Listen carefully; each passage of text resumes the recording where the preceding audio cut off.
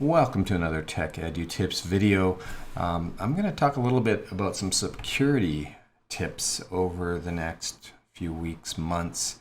I've had some requests come in for that. And one is changing your Wi-Fi password. One thing people think is that their Wi-Fi password is secure. And they'll go to the point of, I'm not going to tell you what my Wi-Fi password is. I'm going to type it for you on your phone. But actually, anyone can look it up inside their phone. They can display the plain text password of your Wi-Fi network. So basically, anyone who's ever been on your network has the ability to share that network with someone else. So it's a good idea to change it once in a while. And there's lots of reasons for changing your Wi-Fi name and password. But I'll go through this here.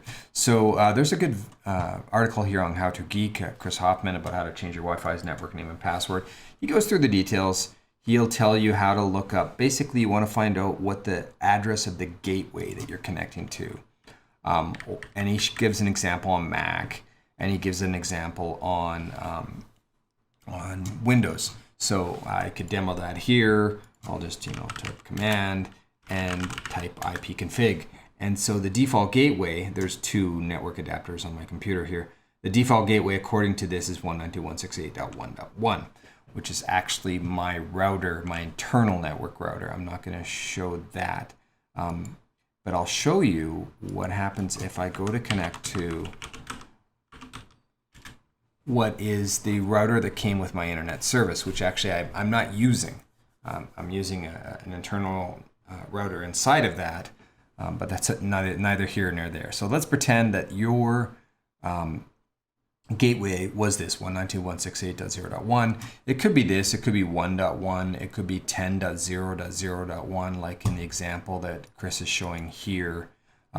These are internal IPs, which means the outside internet does not use these. These are network addresses for just your internal network. So you'll get to a login screen like this. Another hint is you should probably change the password, because it's probably just admin with password admin or admin with no password. And I changed the password on mine because, again, if someone is on your network, they could go to this address on their computer or on their phone and mess around with your Wi-Fi settings. So here's the basic setup.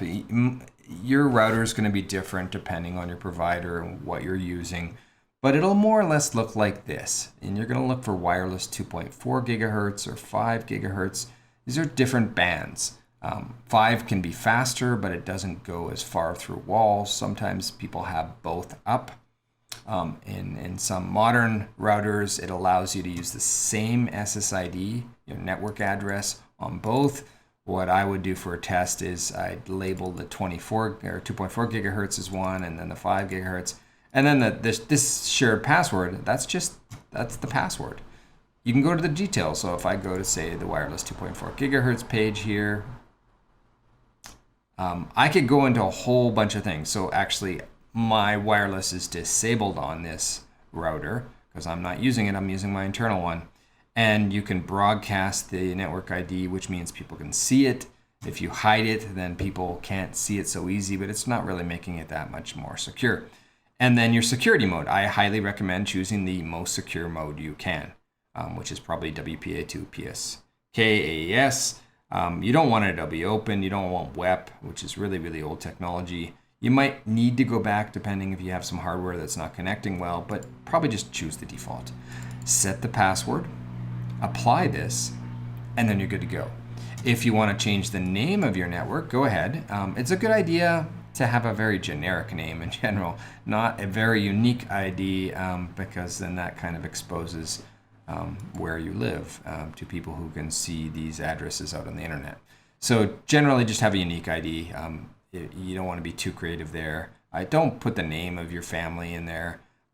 Put something that's not really visible and not exposing information, because anyone driving by your house can see this network name. And that's it. Apply that, and you have changed your Wi-Fi password and possibly the address. There's other things you might want to do when you're in here. I'll go through that later, but you probably want to change your password on your router, like I mentioned before, and I should probably do a separate video of that. So thanks again. I highly recommend you do change your password fairly often, because everyone who has access to your network can share that access to the network.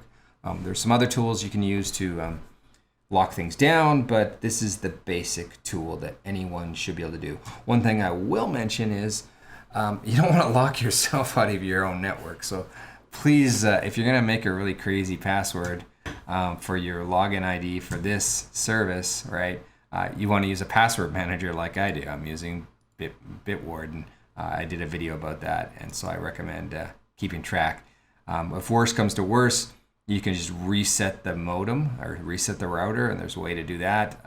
You can look that up for each of the modems you have, but you probably don't want to be messing around and taking the network down for your entire family. So this isn't hard, but it's you just got to be a little careful. If you're changing passwords, make sure you remember what they are. Again, Bitwarden made a video about that. Thank you for watching. Continue sending me comments and suggestions for more videos. Thanks.